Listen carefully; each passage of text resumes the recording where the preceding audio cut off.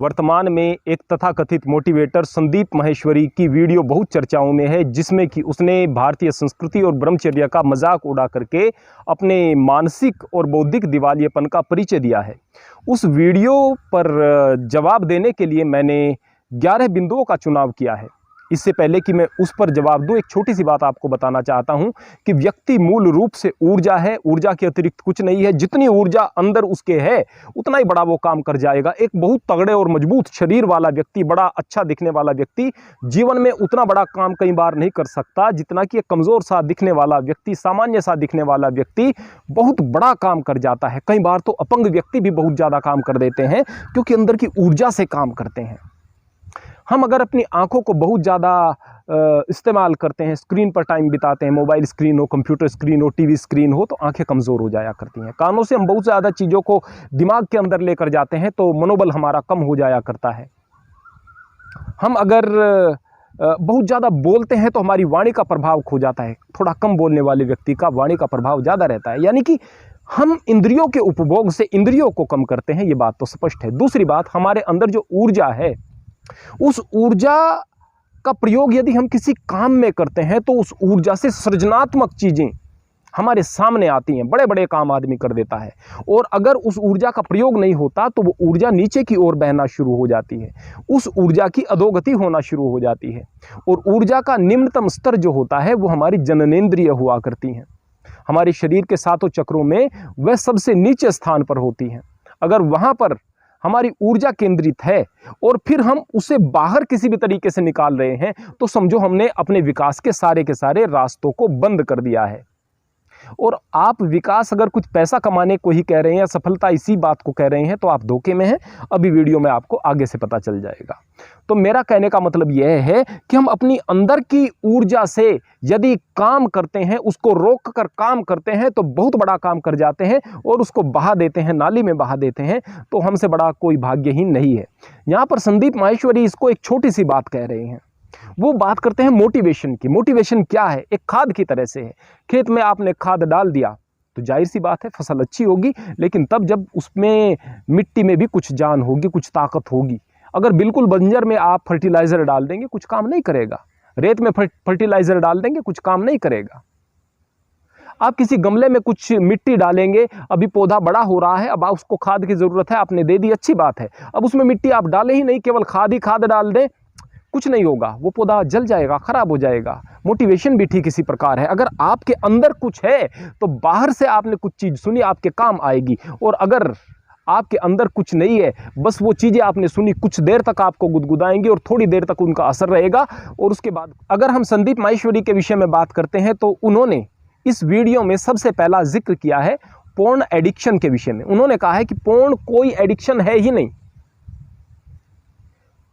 अब एडिक्शन किसको कहेंगे भाई? लत को।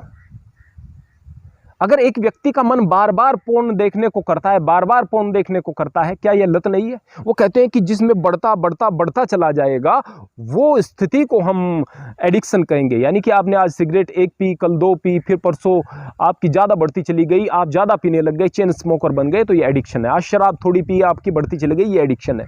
नहीं, आप क्या परिभाषा नहीं गढ़ेंगे?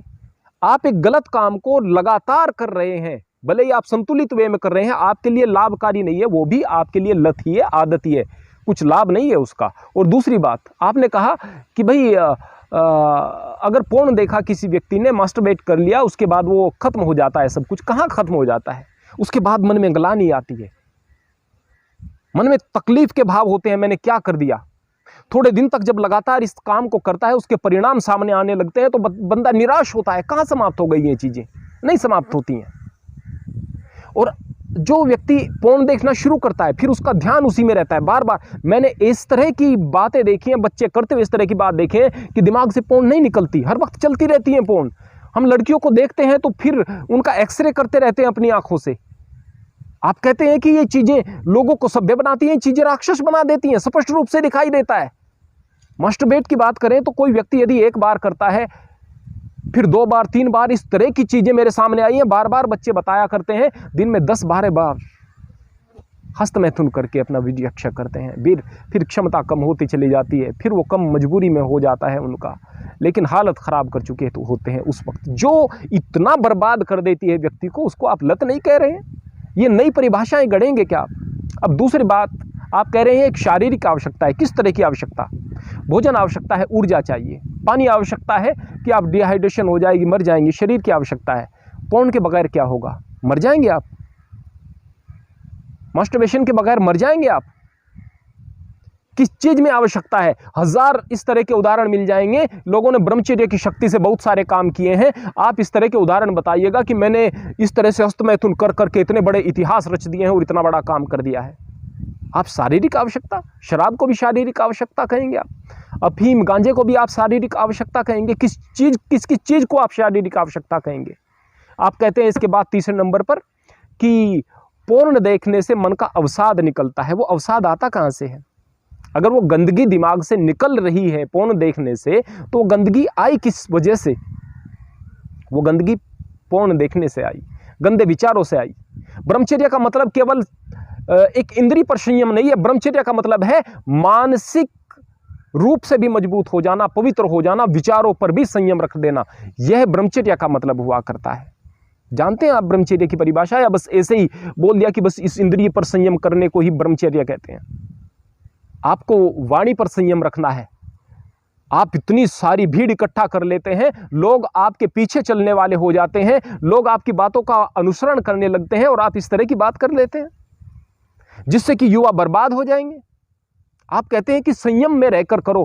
अभी कहते हैं, तुलसी साहब बार बार कह रहे हैं, तुलसीदास जी कह रहे हैं, बुझे न काम आग्नि तुलसी विषय भोग बहु गीते। ये काम की अग्नि जो है विषय भोग के घी से बुझने वाली नहीं, और आग पकड़ेगी। ये पानी डालकर यह अग्नि बुझती है, आप इसमें घी डालकर बुझाने की बात कर रहे हैं। आप इंद्रियों का भोग करके, उन्हें तृप्त करके इसको समाप्त करने की बात कर रहे हैं। यह मूर्खता की बात है। इसके बाद में आप कहते हैं कि फ्रस्ट्रेशन से कोर्टिसोल हार्मोन जो है हमारा, वो सक्रिय हो जाया करता है, बहुत ज़्यादा हो जाता है शरीर में। फिर उसको समाप्त करने के लिए जब हम हस्तमैथुन वगैरह कर लेते हैं, तो फिर डोपामिन हार्मोन हमारे शरीर से रिलीज हुआ करता है, जिससे कि हमारा मस्तिष्क बढ़ता है, प्रसन्नता आती। जाहिर सी बात है, डोपामिन से मस्तिष्क की क्षमता बढ़ती है, ऊर्जा आती है, इस बात में कोई शक नहीं। लेकिन कितनी देर के लिए डोपामिन बढ़ाया आपने? कितनी देर तक एक व्यक्ति मस्टरबेट करेगा? कुछ मिनट, उसके बाद जो अवसाद आएगा, वो अवसाद उससे बहुत ज्यादा, वो जो फ्रस्ट्रेशन होगी, मैं कर नहीं पाता हूं, मैं संयम नहीं कर पाता हूं, इस तरह की स्थिति है। बार बार युवक इस बात को कहते हुए मुझे मिले हैं, गुरुजी मैं आत्महत्या करने वाला हूं। मेरे सामने कई युवक इस तरह के आए जो कह रहे थे गुरुजी मैं आत्महत्या करने वाला हूं, और उनके प्राण बचे हैं, और वो बड़ा शुक्रिया अदा करते हैं कि गुरुजी हमारे प्राण बचे हैं तो आपकी वजह से बचे हैं। वो प्राण देने को तैयार क्यों थे? क्या आदमी इतना फ्रस्ट्रेट होगा कि प्राण देने को तैयार है? नहीं। लेकिन मस्टरबेट बार बार करने के बाद में वो प्राण देने को तैयार हो जाता है। कितना कोर्टिसोल बढ़ा, कितनी देर के लिए आपने डोपामिन बढ़ाया? और डोपामिन बढ़ाने के तरीके जानते हो आप? छोटे से बच्चे के साथ में अगर खेल रहे हैं ना, तो उससे जो पवित्र भावनाएं निकलती हैं, जो प्रसन्नता आती है, उससे डोपामिन बढ़ेगा। जो आप किसी के लिए दान करते हैं, किसी का भला करते हैं ना, उससे जो मन में प्रसन्नता आती है, जो सुख का अनुभव होता है, उससे डोपामिन बढ़ेगा। संत कबीर विवाहित थे। संत कबीर कहते हैं कि मूल बांधि सर गगन समाना, सुकमन यो तन लागी। मूल बांधि सर गगन समाना, सुकमन यो तन लागी। यानी कि मूल बंध क्या है? ब्रह्मचर्य का आधार है। अगर कोई व्यक्ति ब्रह्मचर्य कि जीवन में तपस्या करना चाहता है, साधना करना चाहता है, अश्वनी मुद्रा, मूल बंध, ये वो क्रियाएं हैं जो बड़ी सहायता उसमें करती हैं। तो कबीर साहब जो बड़े योगी भी थे, वो कहते हैं कि मूल बांधि सर गगन समाना। मूल बंध लगाकर व्यक्ति गगन की ऊंचाइयों को छू सकता है, ब्रह्मचर्य धारण करके गगन की ऊंचाइयों को छू सकता है। सुखमन यों तन लागी। उसके पश्चात एक ऐसा आनंद अंदर से झरता है जिसके सामने संसार के सारे आनंद फीके हैं। विवाहित व्यक्ति भी ब्रह्मचर्य की बात करता है और विवाहित भी ब्रह्मचारी हो सकता है। आपके समझ में नहीं आएंगी बात, क्योंकि आप उस दिशा में सोचते ही नहीं। किसी चीज का मजाक उड़ा देना आसान बात है और उसको समझना, उसका पालन करना एक अलग विषय हुआ करता है।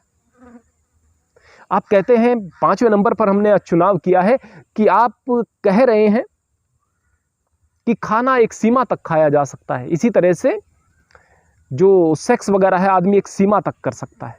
नहीं भाई, हर वक्त करता है। जिस व्यक्ति का शरीर कामुक हो गया, मन कामुक हो गया, इंद्रिया कामुक हो गई, हर वक्त काम वासना उसके दिमाग में चलती है। 8 प्रकार का मैथुन होता है, जानते हैं आप?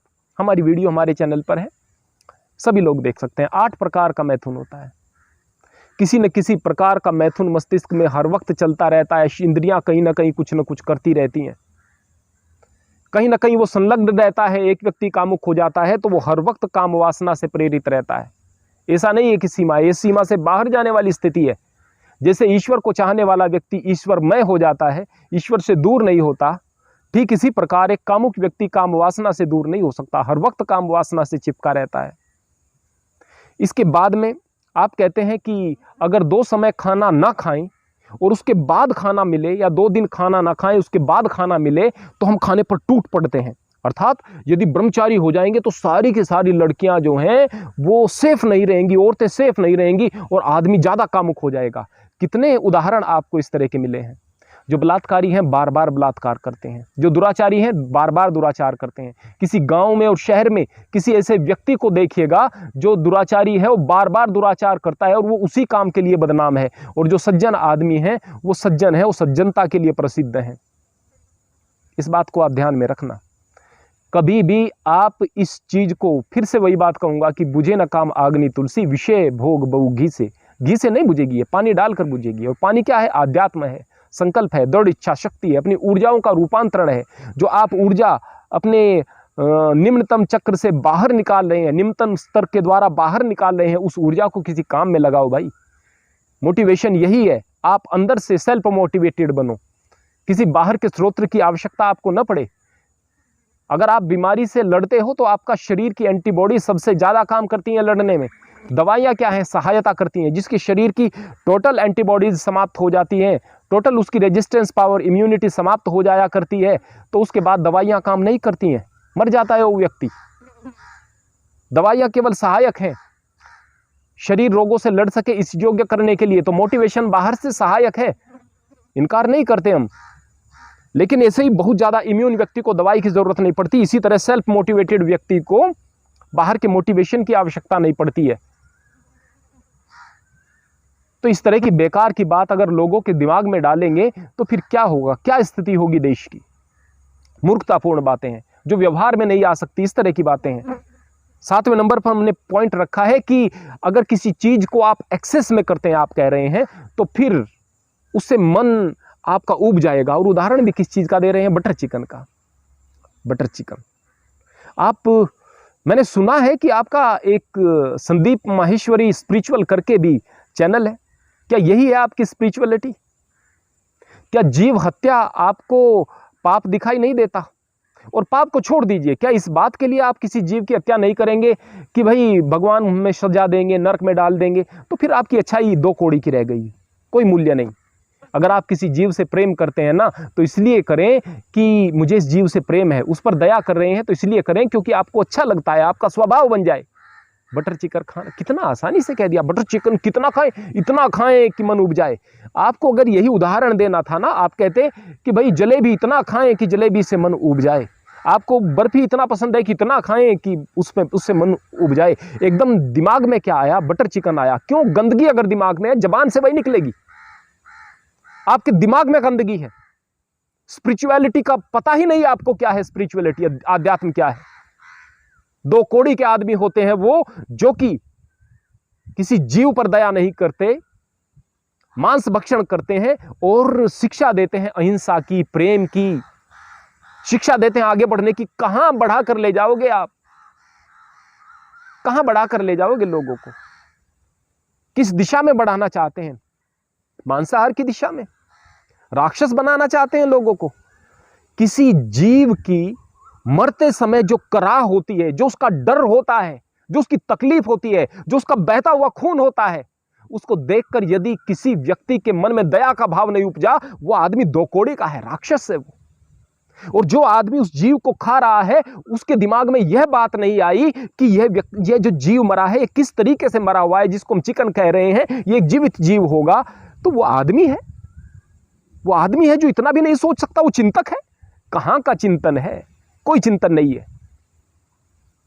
इसके बाद कहते हैं कि शेर से लड़के दिखाओ अगर कोई ब्रह्मचारी। किस तरह की बात करते हैं?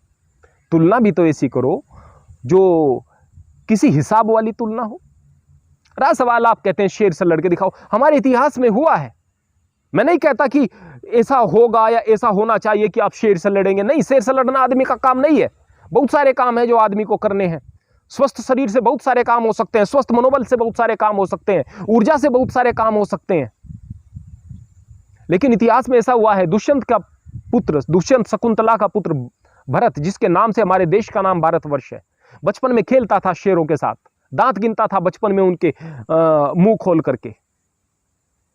उस समय हमारे देश में गुरुकुलीय परंपरा थी, 25 वर्ष तक शक्ति से ब्रह्मचर्य का पालन किया जाता था।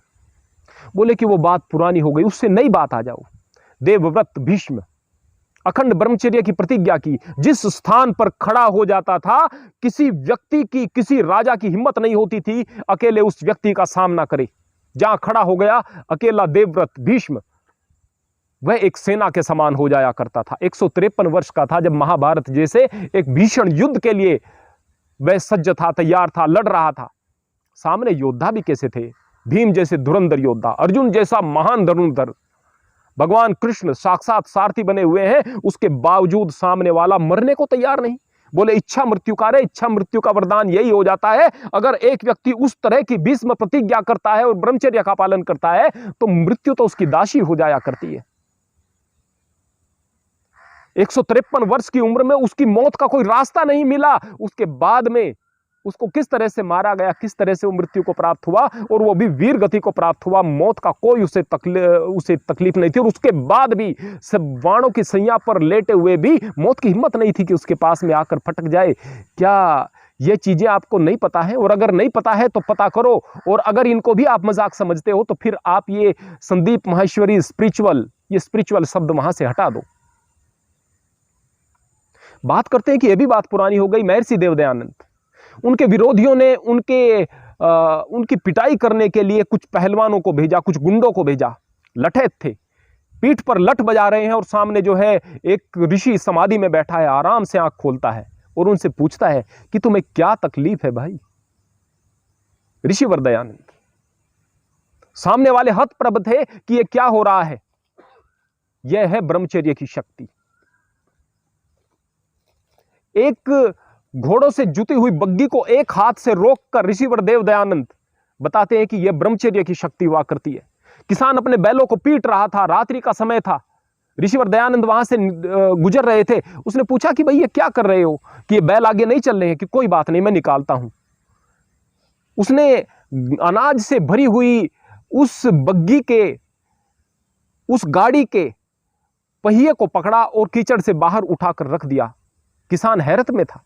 उसने बताया कि यह ब्रह्मचर्य की शक्ति है, कोई जादू नहीं, ब्रह्मचर्य की शक्ति है। हर एक व्यक्ति ऐसी शक्ति को प्राप्त कर सकता है। यह शारीरिक शक्ति भी थी। और छोड़ दीजिएगा इन सारी की सारी बातों की, यहां पर बात हो रही है आपकी और मेरी, किसी दूसरे व्यक्ति की नहीं। अगर उस व्यक्ति तक यह बात पहुंच जाए, मुझसे छोटा है उम्र में, मैं अपेक्षाकृत उससे बूढ़ा हूं, किसी भी क्षेत्र में, शारीरिक किसी भी क्षेत्र में मुझसे लड़ करके दिखाए, दौड़ करके दिखाए, भाग करके दिखाए, किसी वजन को उठा करके दिखाए या कुश्ती लड़के दिखाए, जिस भी क्षेत्र में आपको जीतना है जीत करके दिखाए। बात करो सीधे सीधे। बात करते हैं, मजाक करते हैं कि ब्रह्मचर्य से कुछ नहीं होता है। कहते हैं कि ब्रह्मचर्य से, कहते हैं माइंड की पावर बढ़ेगी। माइंड क्या है? विचार है। कहते हैं कि माइंड एक विचार ही तो है, ब्रेन नहीं है माइंड। वो बताते हैं विचार है। आप में कितनी विचार शक्ति है? जितनी भी बातें मैंने अभी तक आप यहां पर की हैं, वहां पर विचार शून्यता, प्रत्येक स्थान पर आपकी विचार शून्यता दिखाई दे रही है। यह ब्रह्मचर्य का अभाव है। ब्रह्मचर्य को धारण करो, शायद आपका भी कल्याण हो जाए। 10वें नंबर पर ब्रह्मचर्य को बढ़ा चढ़ा करके बात करते हैं। ब्रह्मचर्य को बताने वाले भी बढ़ा चढ़ा करके बताएं, ब्रह्मचर्य की ताकत को वो बता ही नहीं पाएंगे। ना हम बता पाएंगे, ना कोई दूसरा व्यक्ति बता पाएगा, अनुभवी व्यक्ति भी नहीं बता पाएगा, एक ऋषि नहीं बता पाएगा एक व्यक्ति क्या कर सकता। 11 नंबर पर आपका एक बिंदु आता है, वह आता है सफलता। बोले कि कुछ लोग ही ऐसे हैं जो सफल लोग जो ब्रह्मचर्य की बात करते हैं, उन्हीं को आगे लेकर के रखते हैं। दूसरे व्यक्ति जो हैं वो तो ब्रह्मचर्य की बात नहीं करते। क्या वो जो ब्रह्मचर्य की बात नहीं करते इस विषय में बात करते हैं कि भाई ब्रह्मचर्य का खंडन करो तब आगे बढ़ोगे? यानी कुछ परसेंट ही ब्रह्मचर्य की बात कर रहे हैं तो इसका मतलब ब्रह्मचर्य की बात है और ब्रह्मचर्य का खंडन कोई नहीं कर रहा, तो भी इसी पक्ष में लोग ज्यादा बैठते हैं। अगर आपके अनुसार मैं सफलता की बात करूं, और जबकि सफलता की यदि आप परिभाषा को जानना चाहेंगे ना, तो सफलता की परिभाषा तो बहुत विस्तृत है। एक पेड़ अगर निकलता है, अंकुर बनता है, अभी कामयाब हुआ है, हो सकता है कि वो बीज फूटता ही ना, अंकुर बनता ही नहीं, अभी उसकी कामयाबी की शुरुआत है। वो पौधा बन गया, अभी कामयाबी की शुरुआत है। अब वो बड़ा हो गया, पेड़ हो गया, ये कामयाबी उसकी हो सकती है, सक्सेस हो सकती है, लेकिन जब तक उस पर फल नहीं आएंगे तो वो सफल नहीं होगा। सफलता कुछ और है। सफल का मतलब होता है फल सहित होना, बड़ा होना। यह सफलता की परिभाषा नहीं है। बड़े तो आप भी बहुत हो गए हैं, यह सफलता की परिभाषा नहीं है। अपनी पूर्णता को प्राप्त कर लेना यह सफलता हुआ करती है। हम मनुष्य हैं तो हमारे अंदर मनुष्यता आ जाए, हम आदमी पैदा हुए थे, हम इंसान बन जाएं, हमारा मन ईश्वर में लगे, हम लोगों को भी सही रास्ता दिखाएं और आगे हम संसार में कुछ अच्छी चीज़ों को संप्रेषित करके जाएं। यह इंसान की सफलता हुआ करती है। यह सफलता हुआ करती है कि परमात्मा ने हमें मनुष्य बना करके भेजा है, हम मानवोचित कार्य करके संसार से जाएं, यह सफलता हुआ करती है। इसके अलावा सफलता की कोई परिभाषा नहीं है। आप जिस सफलता की बात कर रहे हैं, यह सांसारिक सफलता कोई मायने नहीं रखती है।